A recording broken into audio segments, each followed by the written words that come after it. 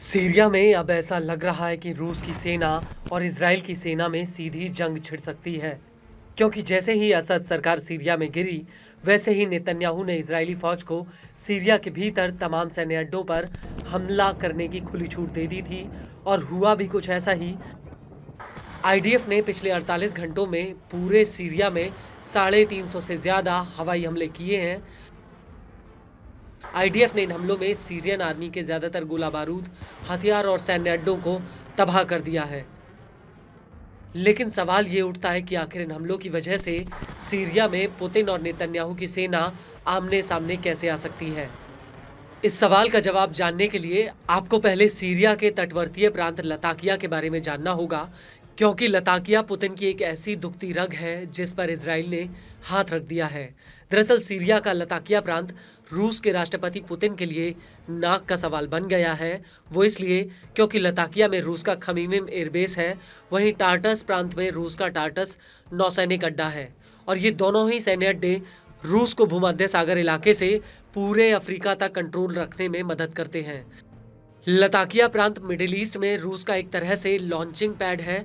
रूसी सेना अफ्रीका में सैन्य रसद भी लताकिया से होकर भेजती है, लेकिन अब सीरिया में असद सरकार जा चुकी है और हयात तहरीर अल शाम यानी एचटीएस ने सीरिया में अपनी अंतरिम सरकार बना ली है। और ऐसे में इन सैन्य अड्डों का क्या होगा ये किसी को नहीं पता। लेकिन इस सबके बीच नेतन्याहू ने पुतिन के खिलाफ एक ऐसा कदम उठाया है जिससे रूस के सब्र का बांध टूट सकता है।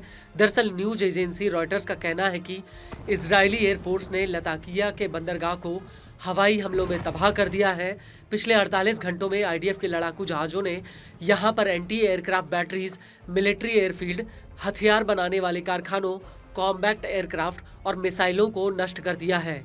हालांकि इन हमलों को लेकर इजराइल का कहना है कि उसने इन हथियारों को इसलिए नष्ट किया है जिससे ये आतंकी गुट जैसे कि अलकायदा या आईएसआईएस के हाथों में ना पड़े।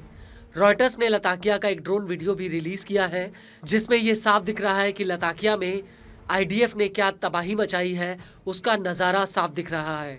इस वीडियो में समुद्र किनारे खड़े जंगी जहाज और छोटे जहाज पानी में अधडूबे दिख रहे हैं।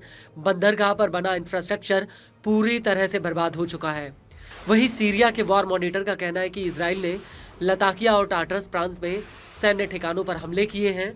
वहीं दूसरी तरफ Syrian observatory for human rights का कहना है कि इजरायली जेट्स ने लताकिया और टार्टस प्रांत में सैन्य ठिकानों पर हवाई हमले किए हैं, जिसमें टार्टस में सैन्य गोदामों को भी निशाना बनाया गया। इजरायली सेना लगातार सीरियन आर्मी के बचे हुए हथियारों को तबाह करने में लगी हुई है।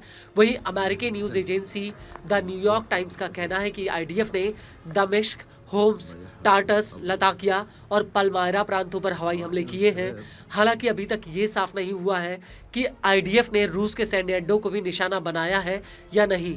लेकिन ये जरूर है कि इजराइल ने उन्हीं इलाकों में एयर स्ट्राइक की है जहां पर रूस के सैन्य ठिकाने हैं।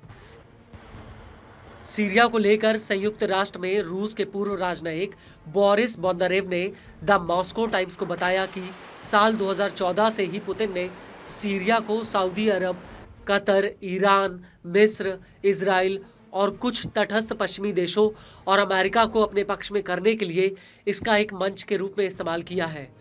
और अगर अब रूस सीरिया में अपने सैन्य अड्डों को गंवाता है तो इससे वो मिडिल ईस्ट और पश्चिम में अपनी पकड़ खो देगा।